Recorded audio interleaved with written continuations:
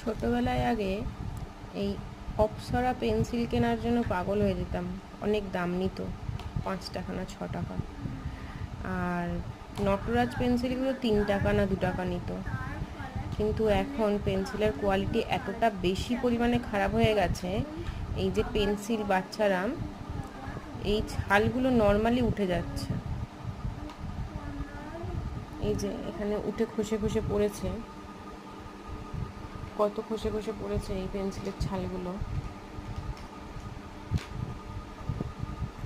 মানে এখনকার দিনে সব কিছুর কোয়ালিটি এতটা বেশি পরিমাণে খারাপ হয়ে যাচ্ছে, ধারণার বাইরে।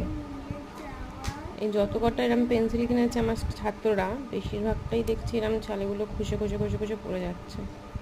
আমরা নিজেরাই এইটুকুনি করে নখ দিয়ে করলে উঠে যায়, আর বাচ্চারা তো কত ছোট, তারা তো এরকম করবেই আমাদের মতো।